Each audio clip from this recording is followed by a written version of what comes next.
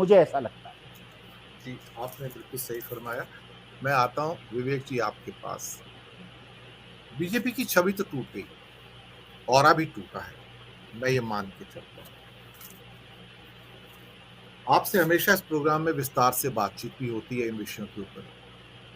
इससे पहले मैं अपने कुछ दर्शकों का शुक्रिया भी अदा करना चाहूँगा, जिसमें राजीव शर्मा भी जो छोटी-छोटी हमें आर्थिक मदद भी करते रहते हैं और अच्छे कमेंट्स भी लिखते हैं।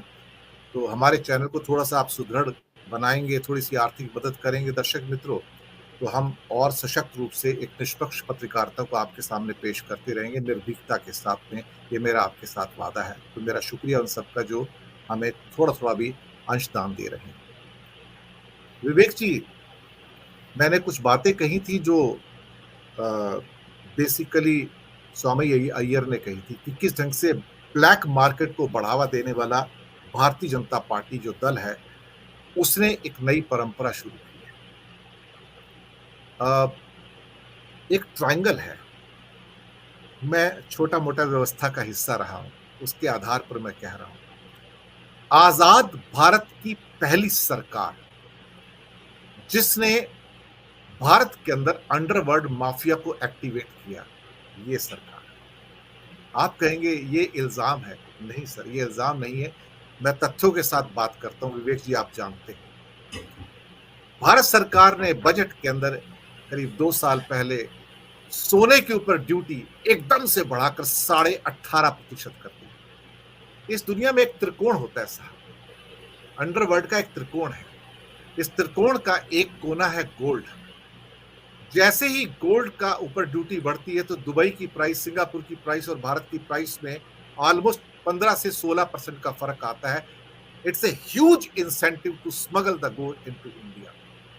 अब इस त्रिकोण का दूसरा कोना, जैसे ही गोल्ड इंडिया में आता है, आपको हवाला से करेंसी बाहर भेजनी है, फॉरेन करेंसी। उसका दूसरा कोना हवाला का एक्टिवेट हो जाता है। इसका तीसरा कोना भी है त्रिकोण का सर। तीसरा कोना है ड्रग्स, जो पिछले 2 साल से मुंद्रा पोर्ट पे क्या चल रहा है सर? तो ये डेडली कॉम्बिनेशन है पूरी दुनिया के अंदर, गोल्ड, हवाला करेंसी और साथ में आपका मुंद्रा पोर्ट। मुंद्रा पोर्ट किसका है अब मुझे कहने की जरूरत नहीं है, किसकी शेल कंपनियां हैं मुझे कहने की जरूरत नहीं है, कौन सा पैसा बाहर जाता है अब मुझे कहने की जरूरत नहीं है। और इन तीनों के बीच में एक और है सर, वो है वेपन्स, इलीगल वेपन्स जो आते हैं, जो अंडरवर्ल्ड को एक्टिवेट करते हैं। इस अंडरवर्ल्ड को किसने एक्टिवेट किया? इस सरकार ने पहली बार आजाद भारत के अंदर प्लेटर पे दिया कि जाइए एक्टिवेट कीजिए, क्योंकि चुनाव में मुझे पैसा चाहिए। चुनाव में पैसा कहां से आ रहा है? हो सकता है उन्हीं शेल कंपनियों से घूम घूम के इतना बड़ा पैसा, अदरवाइज इतनी बड़ी पुष्प वर्षा कहां से होगी सर?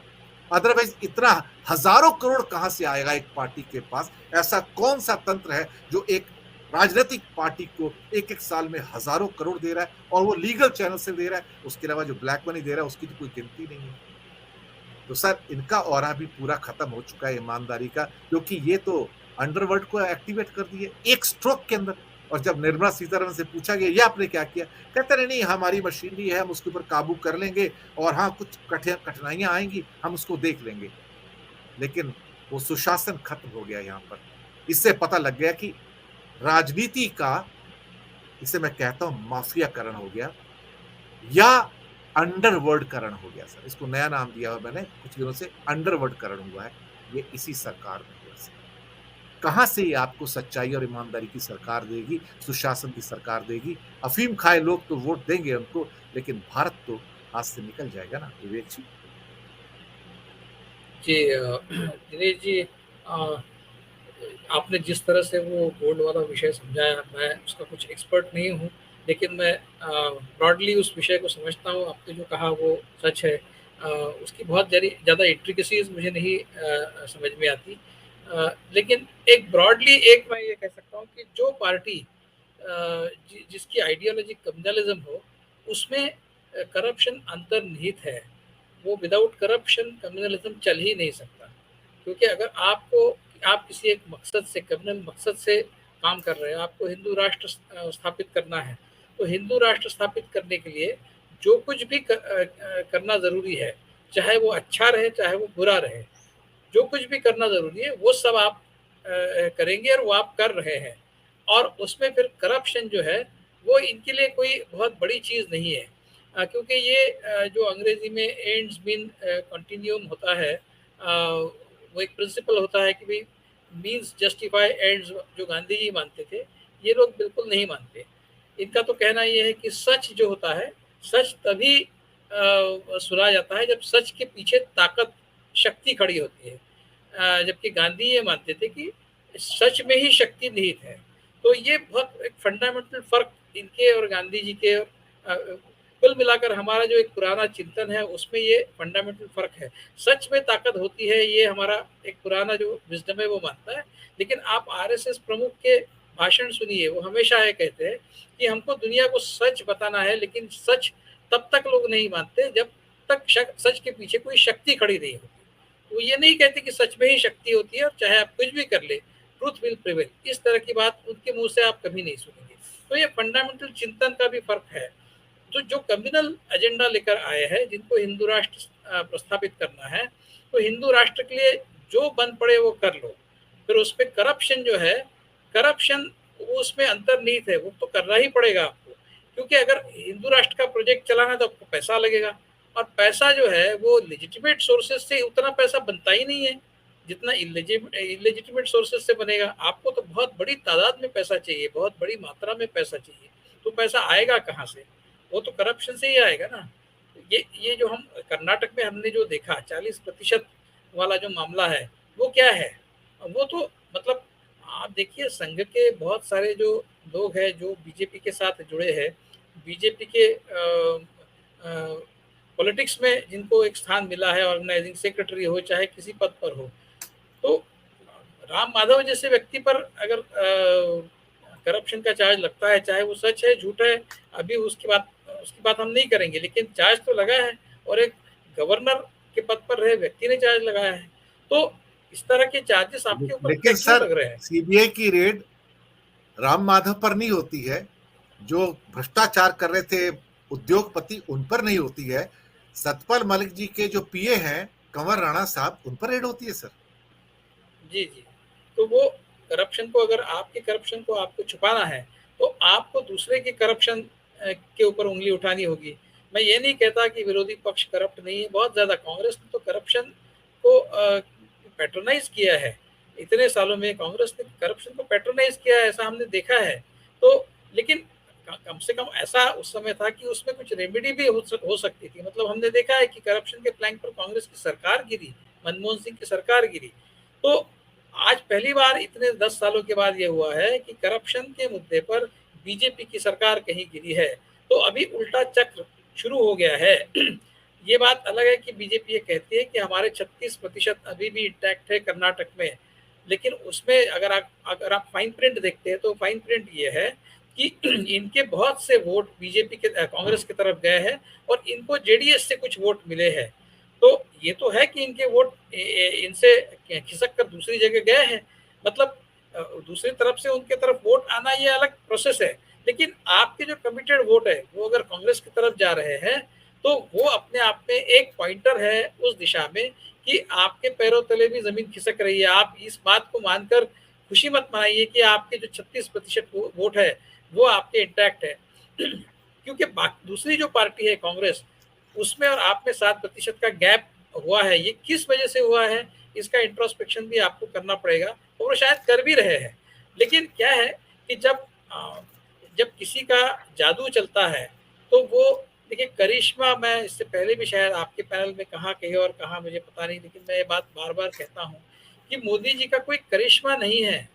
करिश्मा ये बहुत पॉजिटिव वर्ड है। करिश्मा ये पॉजिटिव कॉनोटेशन के साथ आता है। मोदी जी का हिप्नोटिज्म है। मैं मोदी जी को पॉलिटिकल कैरिस्मेटिक लीडर नहीं मानता, मैं मोदी जी को एक पॉलिटिकल बाबा मानता हूँ।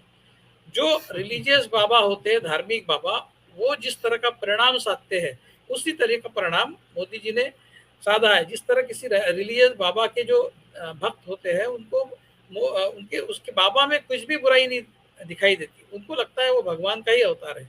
बस कुछ उसी तरह का इफेक्ट हमने पॉलिटिक्स में पहली बार इस देश में देखा है। इससे पहले बहुत ज़्यादा कैरिस्मेटिक लीडर्स हमारे देश में देखे, पंडित नेहरू से लेकर इंदिरा गांधी तक, और कुछ हद तक इवन राजीव गांधी भी। लेकिन उनका हिप्नोटिज्म नहीं था, ये हिप्नोटिज्म है।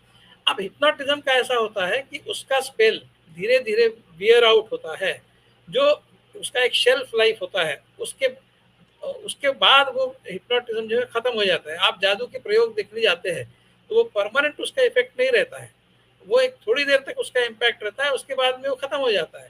फिर बाद में पता चलता है ये तो जादू थी, इसमें सच्चाई कुछ नहीं, उसमें रियलिटी कुछ नहीं थी।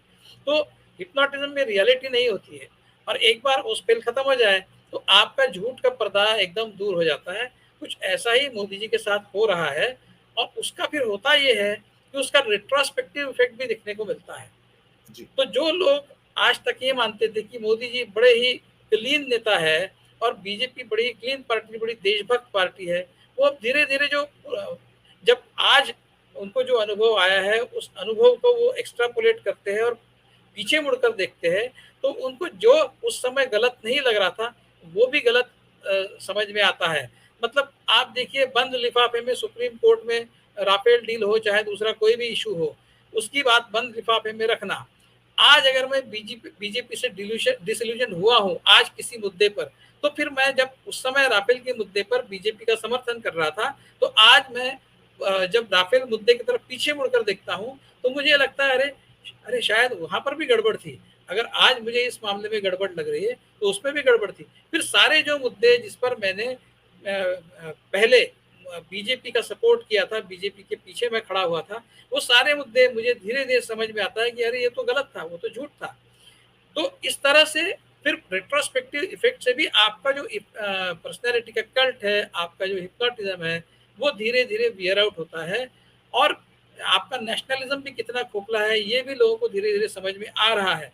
तो इसका आप देखिए, कर्नाटक में जिस तरह से हिंदुत्व का मुद्दा उन्होंने चलाया, अब उनको पूरी तरह से इस बात उनको समझ में आ गई है कि हिंदुत्व का जो शेल्फ लाइफ है, हिंदुत्व का इम्पैक्ट जो है, उसका शेल्फ लाइफ और मोदी जी के पर्सनैलिटी कल्ट का शेल्फ लाइफ खत्म होते आ रहा है, वो अपने एंड गेम पर चला गया है।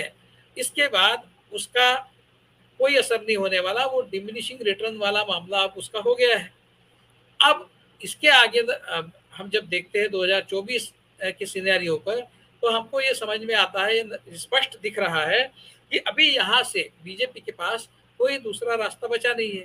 अब वो उनको समझ में आ गया है कि लोगों के रोजमर्रा की जिंदगी के जो प्रश्न हैं, वो मुद्दे अगर वो लेकर चलेंगे और साथ में हिंदुत्व भी लेकर चलेंगे, तो एक दूसरे को वो कैंसल करेंगे।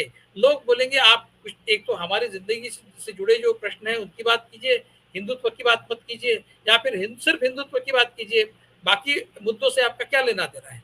तो दोनों चीज़ें एक साथ नहीं चल सकती। इस तरह का रियलाइज़ेशन अभी बीजेपी में आ चुका है, और अभी उनको ये समझ में नहीं आ रहा है कि दोनों चीज़ें वो साथ-साथ कैसे चलाएँ। मतलब डेवलपमेंट का मुद्दा अगर उनको ले जाना है आगे, तो डेवलपमेंट के साथ-साथ अगर वो हिंदुत्व की बात करेंगे, तो लोग पूछेंगे, अगर जी। डेवलपमेंट आपका इतना स्ट्रॉन्ग है, तो आप हिंदुत्व का सहारा क्यों ले रहे हैं? और सिर्फ हिंदुत्व की बात करेंगे, तो लोग पूछेंगे, आप सिर्फ हिंदुत्व की बात कर रहे हैं, डेवलपमेंट के बारे में आपका क्या कहना है? करप्शन के बारे में आपका क्या कहना है? तो अभी दोनों चीज़ें एक साथ वो नहीं चला सकते, इस तरह की दुविधा में बीजेपी आ गई है। अब 2024 के आते-आते, इलेक्शन के आते-आते वो क्या करेंगे, वो किस पैतरे को अपनाएँगे, उनके पास क्या एसेस है अभी, वो वही जाने। जी। लेकिन हमको सारी उनके पैतरों के लिए हमको भी तैयार रहना पड़ेगा, अपोज़िशन को भी तैयार रहना पड़ेगा, और उसको ठीक तरह से रिस्पॉन्ड करें। और किसी ने ठीक कहा कि कम से कम 2024 के लोकसभा इलेक्शन तक तो कर्नाटक और बाकी स्टेट जहाँ बीजेपी है, वहाँ से किसी भी तरह का नेगेटिव वाइब नहीं जाना चाहिए किसी भी मुद्दे पर, ताकि कांग्रेस की पोजीशन सॉलिड रहे 2024 के इलेक्शन के आते-आते। और अब दूसरा तो कोई पार्टी है नहीं, हम अपना जी। पैसा किस पर लगाएँगे? बीजेपी को परास्त करना है, तो हम ऑर्डिनरी वोटर जो है, चाहे हम कांग्रेस के मुरीद हो, ना हो, पैसा तो कांग्रेस पर ही लगाना है, क्योंकि दूसरा कोई अल्टरनेटिव नहीं है। इसका मतलब जी। ये नहीं कि कांग्रेस में खामियाँ नहीं है। तो इसलिए कांग्रेस को अपना रिकॉर्ड बहुत साफ रखना पड़ेगा, तब जाकर लोग कांग्रेस के साथ खड़े होंगे और बीजेपी के अगेंस्ट जाएँगे। और ये कम्युनलिज़्म वाला जो एजेंडा है, उसको अगर खत्म करना है, जो किसी भी सभ्य समाज का अंतिम उपदेश होना चाहिए, कि कम्युनलिज़्म किसी भी सभ्य समाज में नहीं चलना चाहिए, नहीं चलने देना जी। चाहिए। वो अगर जी, आपको बिल्कुल। करना है, तो आपको जी। सॉलिडली, यूनाइटेडली फाइट करना होगा।